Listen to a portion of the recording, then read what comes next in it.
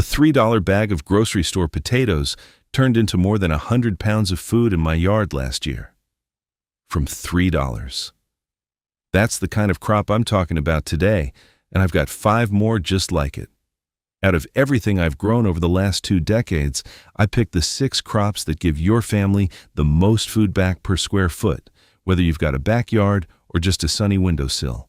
We'll go from number 6 all the way down to number 1.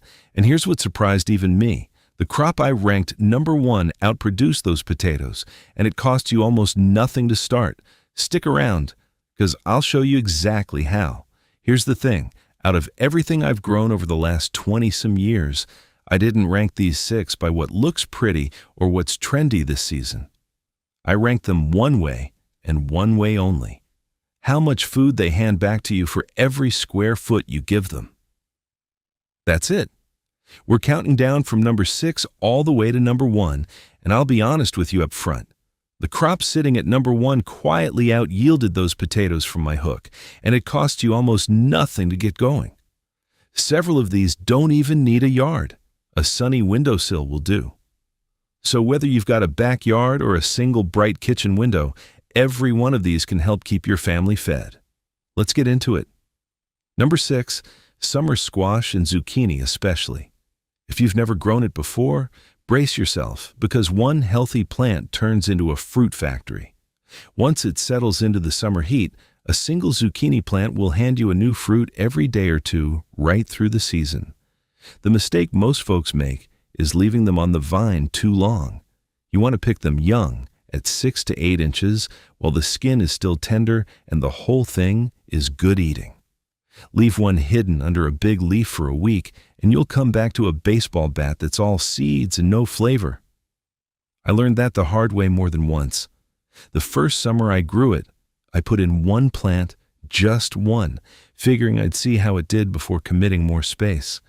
By August, that single plant had completely overwhelmed my kitchen counter. I was leaving bags of zucchini on the neighbors' porches and running out of neighbors. One plant, for one person, was genuinely too much food. These days, I still plant only 1 or 2, and even now I can't quite keep up with them.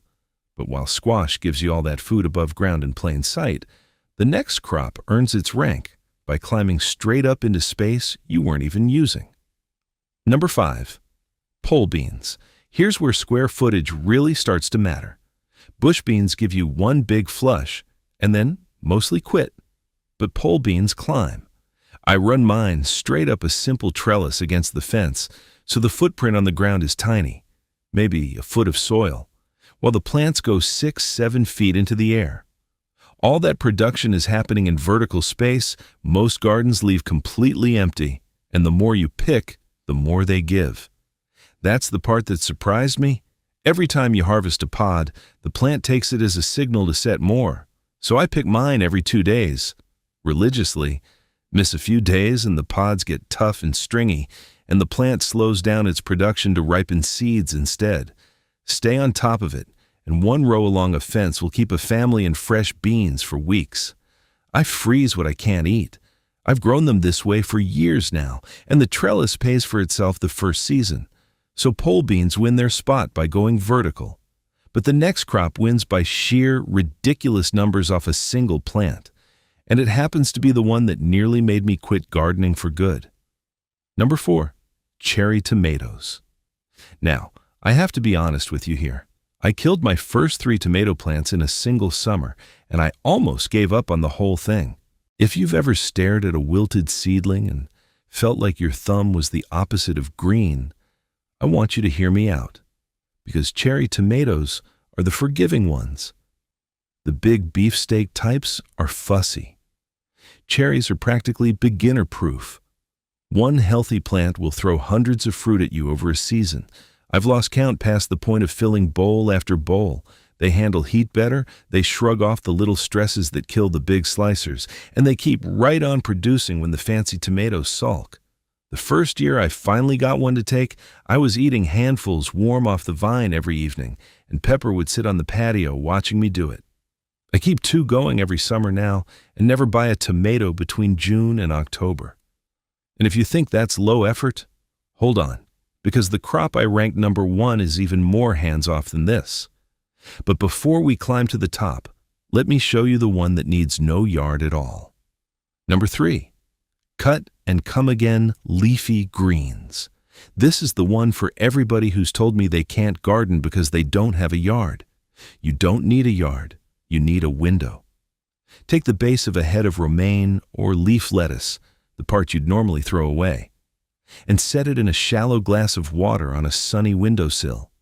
Same with the white root ends of green onions. Within days, you'll see new growth pushing up out of the middle. With lettuce and chard, you harvest the outer leaves and leave the center alone, and it just keeps making more. Cut and come again. That's the whole idea. This isn't theory for me.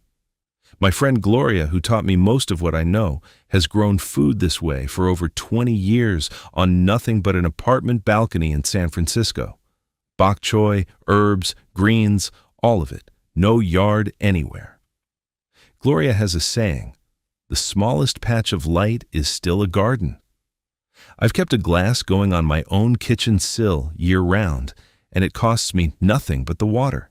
So if all you've got is one bright kitchen window, this crop alone will keep fresh greens on your table. But for raw poundage, the next two are where the numbers get serious. Starting with the $3 bag I told you about. Number 2, potatoes. This is the one from the very start. Last year, I grabbed a $3 bag of plain grocery store potatoes, the kind anybody can buy, and I let them sit on my counter until the eyes started sprouting. That's all it took to get going. I planted them into 5-gallon fabric grow bags lined up along my south fence where they get sun most of the day. As the plants grew up, I kept hilling them, mounding more soil and compost up around the stems, because potatoes form along the buried stem, so the deeper you bury, the more you grow. That fall, I tipped those bags out and harvested more than 100 pounds of potatoes from a $3 bag. No yard required. Those bags would sit just as happily on a patio or a balcony. I run this same $3 experiment every single year, and it has never once let me down. For the money in versus the food out, almost nothing on earth competes with that. Almost nothing. Because as good as 100 pounds from $3 sounds, there is exactly one crop on this whole list that out-yielded my potatoes per square foot. And it costs you even less to start.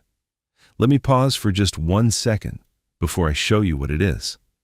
Now, if what I'm showing you today is making sense, and you're starting to realize you've been throwing away free food for years without knowing it, I want to point you somewhere. Everything about growing these big yield crops cheaply, free containers, the $3 potato trick, sweet potatoes in bags, is laid out step by step in Chapter 4 of my book, Container Gardening on Zero Budget, with simple diagrams showing exactly how to set each container up. The book's called The 30-Day Kitchen Scrap Garden Protocol, and it's $17 at backyardbuddybooks.com. If you're watching on your TV, go ahead and grab your phone and point it at the QR code on screen. No rush, I'll wait right here while you pull it up. If you're on your phone already, the link's right down in the description. All right, the crop that beat the potatoes. Number 1 is sweet potatoes. And I'll be honest, this one surprised even me. Grown side by side in the same 5-gallon fabric grow bags along that same fence, my sweet potatoes out-yielded my 100 pounds of white potatoes for the same footprint. And the starting cost was essentially zero. Here's exactly how it works, because I promised I'd show you. You take a single grocery store sweet potato. One that's already started to sprout a little is perfect, and you get it to make slips. Slips are just rooted shoots, baby plants. You've got 2 ways to do it. You can rest the sweet potato half buried in a shallow dish of soil on the windowsill, or you can suspend it over a jar of water with a few toothpicks so the bottom half sits in the water. Either way, set it in a sunny window and wait. In about 3 to 4 weeks, shoots will come up out of the top, and once they reach 5 or 6 inches tall, you gently twist them off. One sweet potato will give you around a dozen slips, a dozen plants from one potato you already had. You set those slips in a glass of water for about a week until little white roots appear, and then you plant them into your grow bags. From there, the vines take over. They sprawl and keep laying down new tubers along the whole length of the season, so you're not waiting on one harvest. You're building one underground the entire summer. And the leafy greens those vines put out are edible too, cooked up just like spinach. Most people throw those away and never know it. So that's why sweet potatoes sit at number 1.